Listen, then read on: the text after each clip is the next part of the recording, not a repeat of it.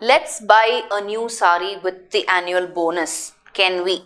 Okay, so this seems like a very long clarification. Though don't we, as the answer as a sentence is in positive sense, but given the answer has no improvement. Felt question tags are easy but doing some mistakes. Following 2 rules for question tags. When the sentence is a negative, use a question tag with a positive. And usage of proper helping verbs in the tags from the sentence. Madam, please explain about some exceptions and where I'm going wrong. Okay. First of all, as per rules, right, when you have a statement starting with let's, the ideal tag is shall we, exactly, right? So for me, first of all, the one that is given is incorrect. The options are also incorrect, because whenever you have let's, it should be shall we. Let's begin, shall we, right? That's the tag for let's, or let's get started, shall we, right? So for me, this entire question is like really warped. If I have to use any of the other options, I would say, for example, if I have to use option 1, can't we, right? I will say, we can buy a new sari. We can buy a new sari with the annual bonus. Can't we? Then it makes sense, right? Positive statement, negative tag. We can't buy a new sari with the annual bonus. Can we? Are you following? Right? If I have to use don't we, I'll say, we do buy a new sari with the annual bonus. Don't we? Right? That makes sense. Right? So, can't we, don't we, everything is incorrect here. Will we, again, so from this question itself is wrong. The options are incorrect. Okay?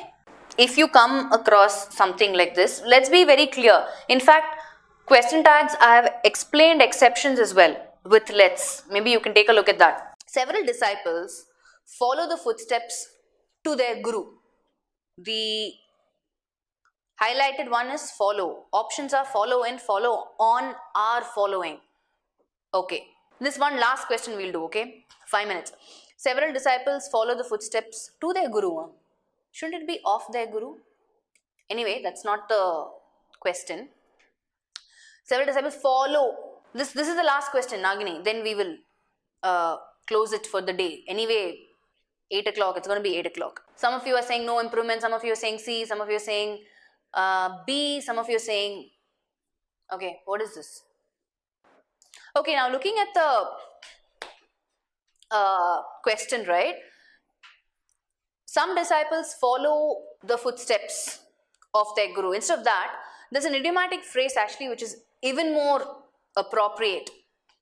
Anybody is familiar with the... Sumit is like, discuss fast. Okay, fine. I'll go fast, okay? Follow, especially footsteps being your clue word, you always... What's the idiom? What's the right preposition, anybody? Footsteps is your clue word. You follow... What's the collocation basically? That's what I'm asking. What's the preposition that will come there? I don't think anybody is familiar with this phrase. No, you don't follow on. You follow? Come on, any one of you. No, yes, John. Follow in. You always follow in somebody's footsteps. You follow in somebody's footsteps. That's your phrase. That's the collocation. Okay. So if you know that, yes, you can definitely go for option A, which is the option that nobody gave actually.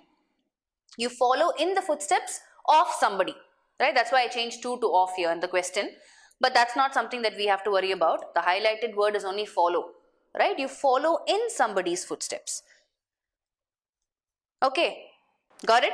Clear? You can follow someone, but because it has the footsteps, which is your clue, right? A lot of you came back and said, hey, it's just D. But because of the clue phrase footsteps, you follow in somebody's footsteps. You can follow someone. Okay? For sentence improvement questions, one of the things that you again need to be familiar with is idioms and phrases, right? Collocations that I am familiar with. So, the buck is my clue word here. Keep passing is not the collocation. The collocation is passing the buck, right? Passing the buck means what? Anybody? That's the collocation. What's passing the buck? That's the colloquial phrase. Passing the buck means what?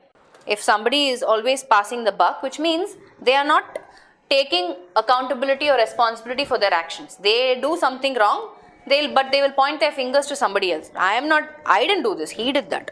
Right? You're basically blaming someone or making someone else responsible for the problem that you should actually own up to or deal with. Right? That's when people pass the buck. So let's look at some example sentences to understand this. So if I say, let's just look at general. Some people try to pass the buck whenever they can. Alright? If there is an opportunity for me to escape one particular problem and point fingers to someone else, I will gladly do that. Right? That's how most of them are. Some people try to pass the buck. To blame someone. Yes. Shift the responsibility. Yes. So, don't try to pass the buck, right? Own up to it, meaning take responsibility. So the answer is obviously B. Government officials keep passing the buck to others. They don't take responsibility or ownership. Next, they told me that they had built a new house. So here we're talking about two actions, right? First action, built a new house, right? Second action, they told someone about it. So after building the house only they can tell someone, right? I finished building the house. So when two actions in the past, usually the first action is in the past perfect tense. General tense in the context is past tense. And this one, the second action is always in the simple past tense. So if the second action is in the simple past tense, they told me, right? Here I need had built. That's it. Yes. Clear? Can't be D, no? Because had build. Have is present perfect tense. I don't need a present perfect tense. I'm talking about an action that is completed. I built the house. I told someone about it. Both the actions are in the past. I need a past perfect tense. Have built is present perfect tense, right? Doesn't make sense in the context. And you don't say had built.